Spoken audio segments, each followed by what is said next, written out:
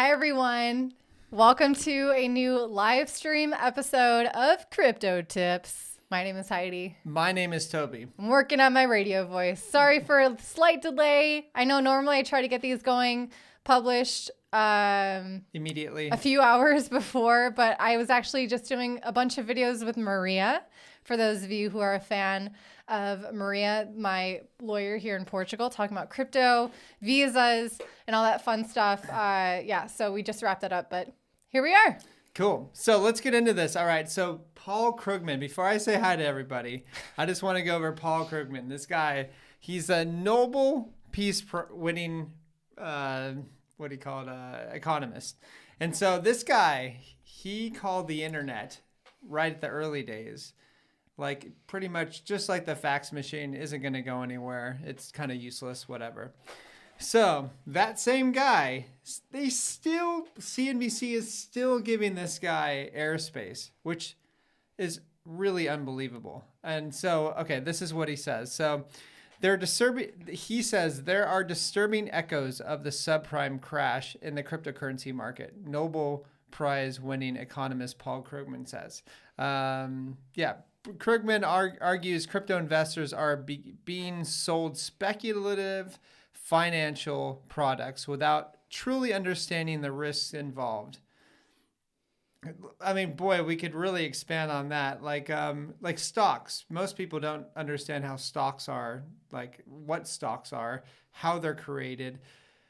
Most people just put their money into speculative stocks. Most people don't know the currency that they're holding. They don't understand how it's created, who creates them, and so on. So this guy has a lot of nerves, and obviously big banks are sponsoring him, and big banks hate the fact that crypto is out there. And also he kind of he says this during a little bit of weakness for Bitcoin. But we all know that these guys are getting scared. Where was he during the all-time high? What was he saying about the risk? Exactly. Anyways, what's up, Caesar77, Archer Bullseye? You had a funny comment, Caesar. He's a normal piece of crap. Yeah, he sure is, man. What's up, hey, Joe? Everyone. Hey, Foxquite. Yeah, guys. I hope you also have a great start of the week. It is Monday. Exactly. And there's a lot actually happening right now. Like what we see in the market, I mean, we see a lot of people actually buying Bitcoin. Big money buying Bitcoin. Like I said before in one of my prior videos, I said, there are Glassnodes is showing that addresses with over 1,000 Bitcoin, they're rising dramatically, especially during these prices. And you can see like this strength that Bitcoin does have right now in the 30s. It's really, whales or bears are having a hard time pushing the price down. And it's kind of cool. And considering there's not a lot of retail out there, and the reason how we can tell if there's a lot of retail is just the number of wallets that have like very little coins we're actually selling, whereas the wallets with larger coins are buying. And I expect this to happen for a while. So yeah, I'm really excited. Plus, none of our, my high school friends or whatever are calling me anymore, which is kind of interesting. That's kind of when you want to buy. And when they start asking you questions and stuff, that's kind of when you want to sell. I'm learning this. Yeah. Yeah. Got to be contrarian. Exactly. Gabriel has a good question. He says, is there any secure way to earn interest on Bitcoin without losing custody?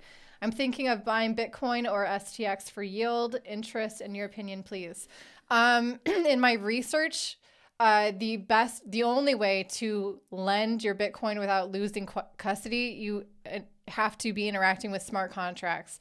And to do that on most DeFi platforms, they're on Ethereum or AVAX or whatever, you have to do wrapped Bitcoin. So essentially you're depositing your Bitcoin into a smart contract that issues you wrapped Bitcoin, which is a 1-to-1 ratio.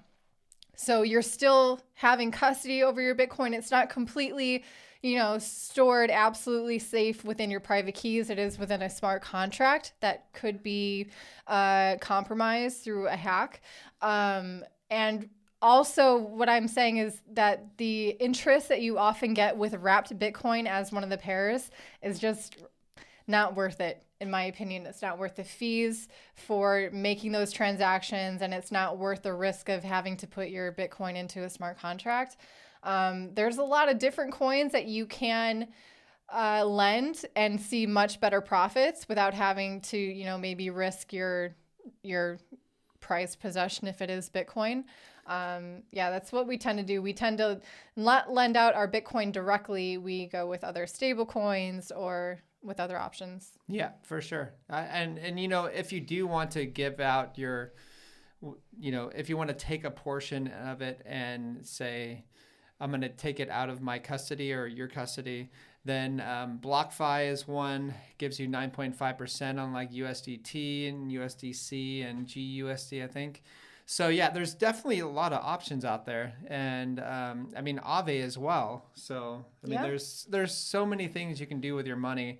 There's just that we didn't have several years ago, so I'm pretty happy about that. Yeah. I want to say hi to Jan Shakis real quick. Hello. What's up, Dave D? Also, Leela, I see you. Dave D, I know you said you didn't get a notification for this video. I typically like to send out notification for this a few hours before, but today we're kind of busy leading up to that, so I didn't have a chance. But we're here. It's Monday. It's noon Eastern time. We're going live, so glad you guys are all here. And if you guys like these live streams, if you like this channel, please hit the like button on this video. We really appreciate it. Here's one thing that I want to talk about. So zero hedge. Everyone is hedging for a crash. We have been averaging $1 trillion worth of puts per day, largest on record. I think that's Goldman Sachs. So $1 trillion of puts, that means people are betting that the price of something is going to go down. So what happens when that goes up? You know what I mean? So if the stock market goes up, a lot of these people are going to be liquidated. And $1 trillion worth of liquidations is a lot. But puts every single day. So that stuff is adding up. So it could be, I'm not saying it is going to be, but it could be a perfect storm for an explosive year. You don't know. I don't know. I'm just seeing a lot of people incredibly bullish or bearish right now, saying that, Bitcoin's going to go to 20,000, 10,000, and giving us these ridiculous prices. In my opinion, some of them are completely ridiculous, like the $10,000 one. I can't see Bitcoin going under its 200 moving day average. I just can't. It's never done that in history. So why do they think it's going to do it now? Have they not looked at glass nodes and looked at all the demand from institutions? It just doesn't make any sense. So it could just be an absolute slaughterhouse for bears, and that would be great. Yeah. So do you think, speaking of volatility and not going under the 200-day moving average, do you think we've seen the bottom? I don't know if we've seen the bottom. I'm not going to say it, but from what it looks like we could have hit the bottom. When we hit 32,500 from 69,000, that was a 50%, just over a 50% move. So you never know. I would expect, this is kind of cool because we could experience 50% drawbacks for now on. That could be the norm. The norm for 2017, 2018 was 30 to 40%, pretty much 35% on average. So why not? Hey, that could be amazing because that would provide so much opportunity for those that might have some cash on hand to buy something like that. And if it's expected, hey, why not? And I think that if we do experience pullbacks like this, I'm just throwing it out there. This could prevent 85% drawbacks because, it really freaks people out when you have a 50% pullback, especially 2 in a row. So that first off, Wall Street doesn't want, a lot of Wall Street is freaked out right now because they're thinking, what the heck? They experience a 2% move and it freaks them out, and it's front cover of every single financial news outlet in the world. Bitcoin drops 50%, maybe one or two things are going on, but they hardly even talk about it. So who knows? This is a really fun time, I think. And especially with our CT Club members, I've been putting out trade alerts every freaking day, multiple times a day, buying alts, buying like, I just can't believe how cheap we're getting these things. So I'm just buying, like, hey, bring it on. Who says this isn't a full-time job? If you want to check it out, our CT Club, the link is below. Anyways. Yeah. Here's a question from Limitless. Toby, did you renounce in the US? I know Heidi renounced in the Bahamas. Thanks, bro. No, I did not renounce my U.S. citizenship in the U.S. because you cannot renounce your U.S. citizenship in the U.S. You have to do it in an embassy overseas. U.S. embassy somewhere else. Yeah. So, for instance, Heidi did it in the Bahamas, and then I did it in Madrid. So I just you have to actually have two meetings. You have to have one meeting where you go over to the embassy and they tell you like, hey, there's the Are you sure? Are you sure about this? Is anybody making you renounce your U.S. citizenship? And you're like, yeah.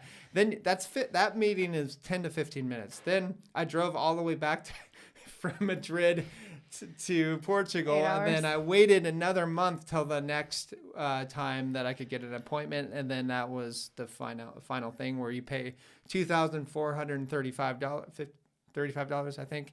And but right now I'm actually hearing that a lot of people cannot renounce their U.S. citizenships. Yeah, a lot of U.S. embassies aren't open for that appointment. Yeah, so. fascinating. Yeah.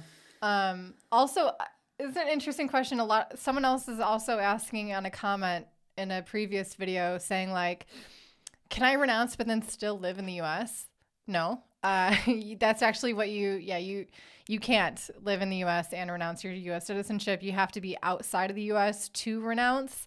And then from there, if you want to re-enter the US, even if you're just transiting to get to a different country, you have to have your renouncement officially approved. There's a form that you receive from that. And then you have to apply for a visa, whether it's a transit visa or a tourist visa to enter the U.S. And they're not going to give it to you if they think you're going to go there just to live again or try to work there, because when you renounced, you agreed to not live there, not work there.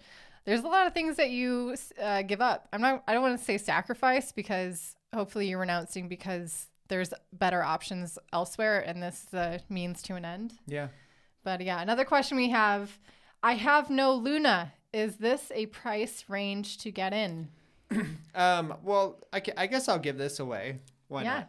So on our CT Club, I'm like, hey, listen, I've been buying Luna today, and also bought some, I think yesterday, and I've put buy orders in all the way to like $30, pretty much. So like I pretty much did. Put some orders in at 44, and then went to 42, 40, and then 40, and then 38, and then all the way down to 30. So, I hope they hit. That would be amazing. I really like Luna. I mean, just look at the TVL on Luna, total value locked. It's grown very quickly. Holy cow, man. And plus it's essentially got a decentralized stable coin as well attached to it. And so, yeah, man, like I'm freaking bullish on Luna. I'm actually really interested to see what Luna does during a bear market. If we actually, if we don't do what Willy Woo says and we're never going to go to another bear market again, I'm interested, if we do go into a bear market, seeing what Luna does. Does Willy Woo mean we're never going to see a bear market like we've seen in the past? Yeah, I think like 2 years. 2.5 year. Forget what you think you know. Like watching paint dry, like, just such a slow drop. Whereas I'd rather these 50% drops.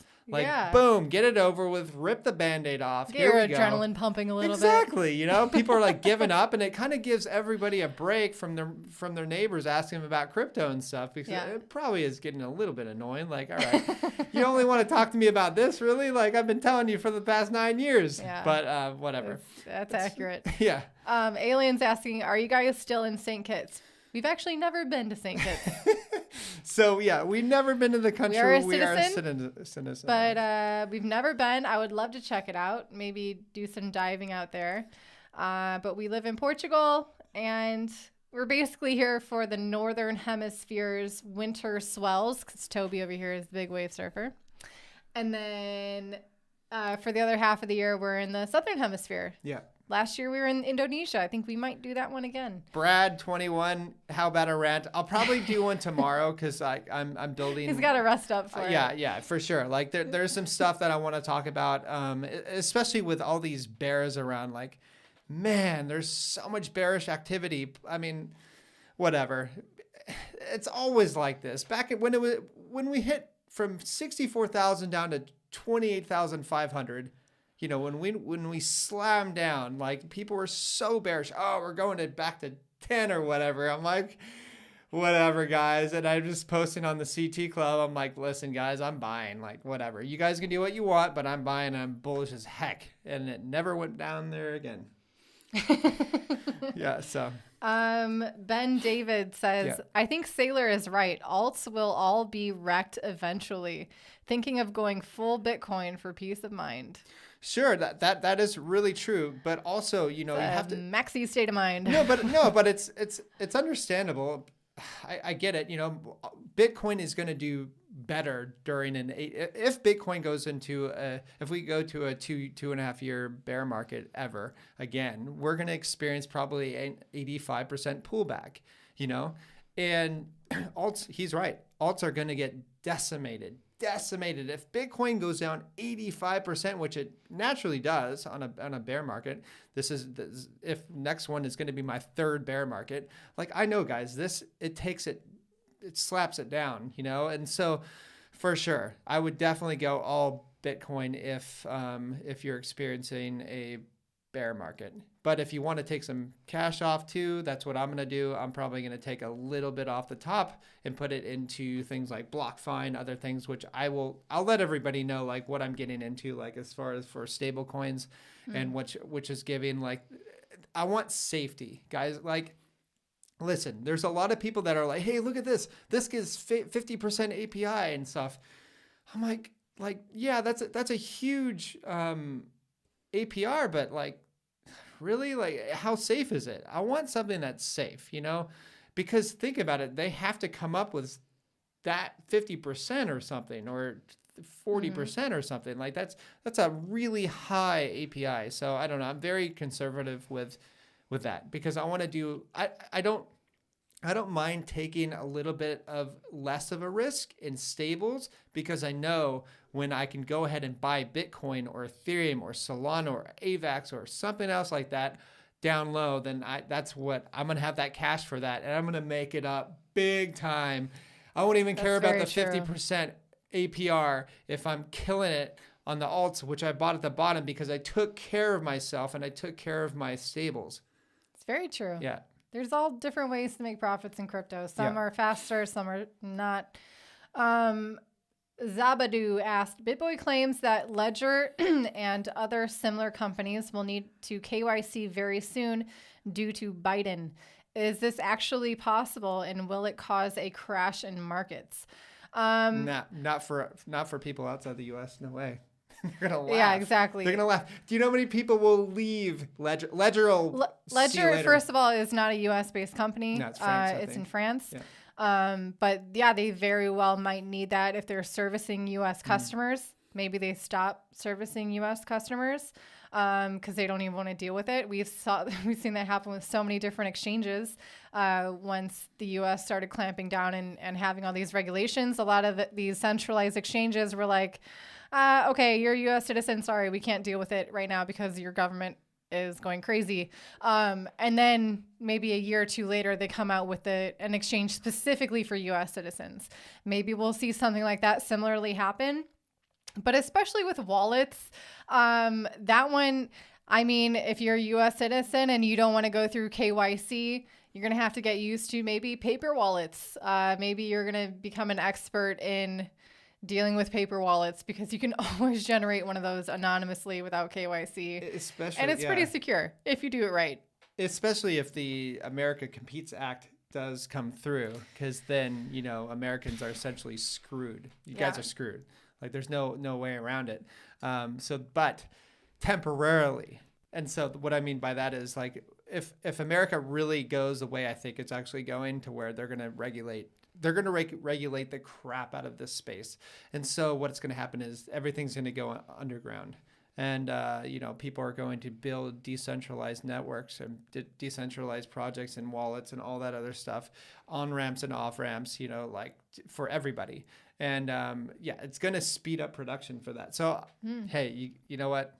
They're incentivizing Whatever. the defense actually more so than they realize, I think. Big time. And governments can't actually keep up with that. They will not keep up with that because there's too much bureaucracy. If governments need to go ahead and do something, it takes them a really long time. It's like David and Goliath. So you had David, which, he's agile. He's going all around. Goliath, wham. Whereas, Goliath, he just big, fat ogre, he couldn't go anywhere, and then he gets killed really easily. It's pretty easy. So that's the same thing as the U.S. government. It's over bloated. It's the largest freaking mammoth on the history of the planet, and they're going to experience incredible headaches because of that. So anyways, that's not my problem. So let's talk about Luna. Okay, we put it right in the title. Why is Luna crashing? In my opinion, this has a lot to do with the stablecoin elastic supply and the tokenomics that they've involved Luna in with that. It relieves them from the necessity to have physical reserves. It allows them to actually have a very decentralized stablecoin. So basically what happens is, let's say we're seeing prices are going crazy. People want to take their profits, put into a stablecoin. They're choosing UST. In order to issue those new stablecoins, what the Terra ecosystem does is they burn Luna tokens. They buy them off the open market and they burn them. And then it's reverse. As people are exiting the stablecoin to re-enter into cryptocurrencies, what a lot of people are saying here in the comments, what we've been doing, dollar cost averaging, we're buying at the cheaper prices, we're re-entering these positions, we're exiting stable coins. So that means that the stable coin supply has to contract in order for it to keep its peg to the relative value of the US dollar. And in order to do that, they print more Luna. So maybe that's what's happening, is the elastic supply mechanism of Luna is kicking in. Why do you think Luna's crashing? Well, I mean, I lost your comment here, asked for a raise, but you said something really good about time. And now time, I think that might have, helped with it going down. So he said, asked for a raise. Says Luna's probably going to go back up soon after time FUD is done. So I am not completely studied up on time. Sounds weird, but I do think that probably has a lot to do with it getting slapped. You know what I mean? But so I am buying Luna, because first off, it's a really good project. It's got increasingly the TVL keeps going up. I think it just passed Binance, right?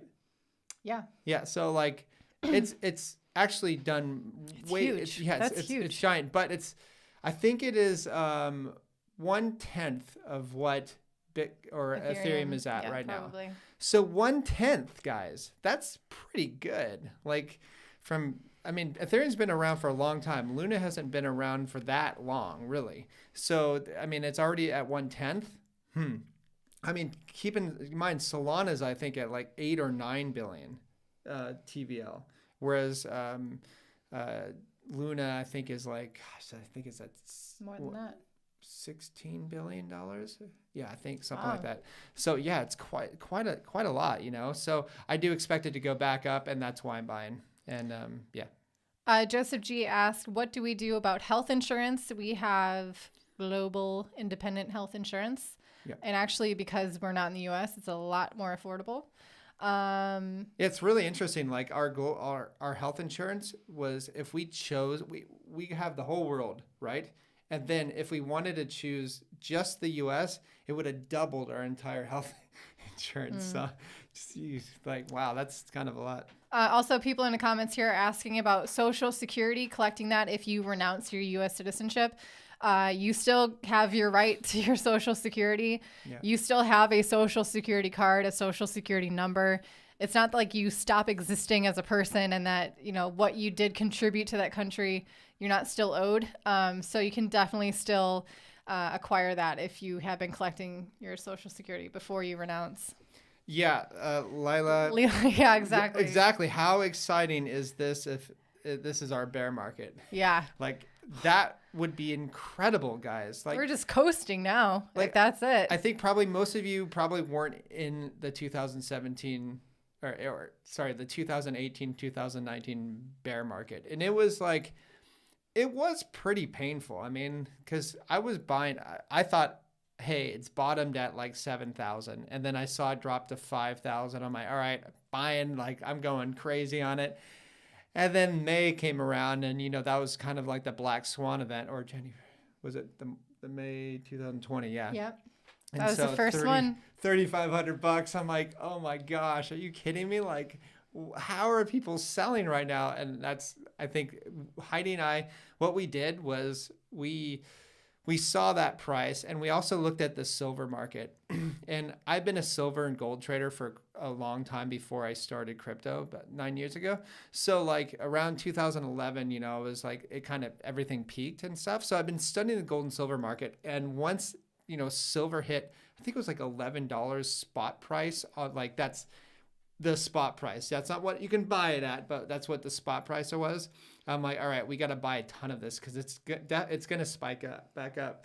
So I put a little bit in. I think I don't know how much I put in, but I think it was like I think I bought a monster box of silver, a couple monster boxes of silver, because I'm like, wow, this is going to definitely spike up. And then it ended up doing that. It went to, I think, $28. And then I'm like, all right, I'm out, because I understood that, Bitcoin is limited to the amount of currency that's being created. Like Bitcoin is 21 million. That's it. There's no more that's going to be created. Whereas I know silver, the higher the price goes, the more that is going to be on the market.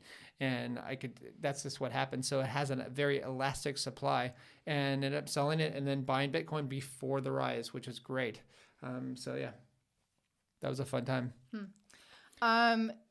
AIM had a question. Why does Cardano have lower transactions per second than Bitcoin? 3 days for a swap on Sunday Swap. That has to do with the fact that Sunday Swap is the first real live implementation of a smart contract on Cardano. And as it stands, the way that the information that's being included in each of these transactions takes up a lot of space and therefore a lot of time. Not to mention the fact that this is the first time, I think, they hyped it up so much. And so for it to be flooded is that once it reaches the maximum, then we're all delayed and everything will be confirmed. But yeah, like you're saying, it could take up to 3 days. I think they said that could happen for the next, month? Probably longer. I mean, hopefully not. But, all these estimations are always pretty, they underestimate the amount of time that it usually takes to make these changes.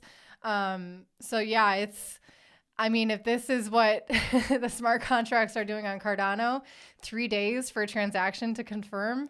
We thought 10 minutes was bad. So 3 days. Okay. So, a lot of the Cardano people were like, hey, Solana, it's down for, 16 hours one day and another day for 48 hours or whatever. These are growing pains, guys. Like, this is just what happens with networks that are testing the boundaries. Ethereum isn't really testing the boundaries too much, that like this is what happens when you're moving forward at a really fast pace. And I'm excited for that. But some people are pissed off and like, hey, I don't want to. Did you say Cardano's moving forward at a really fast pace? No. Okay, sorry. No, Solana, Heidi, come on, wake up. Okay. Gosh. So anyways. It's like... Does not compute. No. So Solana or other projects, like I'm going to pick on Solana because everybody was picking on Solana when it was at $200 and, they're like, okay, it's not the be all end all. It's centralized. It's, it kind of sucks. It's down for 16 hours and stuff. And everything's going to have their growing pains, guys. So whatever, like they can say what they want, but I'm still bullish on Solana. I'm bullish on AVAX and freaking Near and everything. Yeah. I think right now is such a good time to buy. I mean, this just me personally. Yeah. Any closing thoughts before we wrap up this live stream, Toby? Yeah, maybe if you don't know what dollar cost averaging is, I think that's really important. You're never going to catch the bottom. You're never going to catch the top. So don't worry about it. Keep that in mind. Like when you're looking on Twitter or whatever and everybody's bearish, you're like, oh, maybe I should be bearish. And you start double thinking to yourself. What do you say? You start second guessing yourself. Yeah.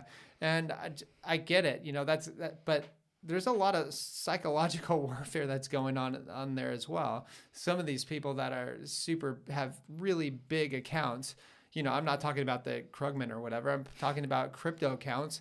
It makes me wonder, like, who's paying these guys? Like, why are they so bearish? Why do they hate this space so much? It just makes me wonder, like, wow, these guys have lost the plot. You know what I mean? Because yeah, I just think a lot of people have lost the plot on this, and but I don't care. If you have your own mind, you'll be able to look through that and go, all right, I see Bitcoin's down 50%. I'm gonna start buying.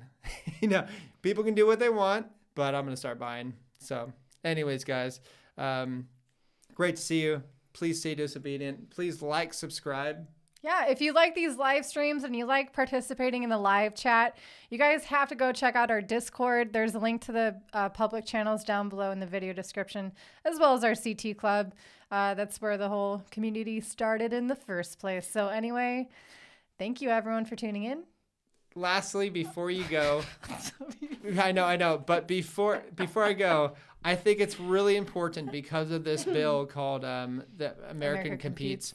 I think if this gets passed, before, even if it's maybe going to get passed, guys, they're going to continue on trying to pass bills like this. All right. So eventually, this is our third try. Eventually it's going to happen.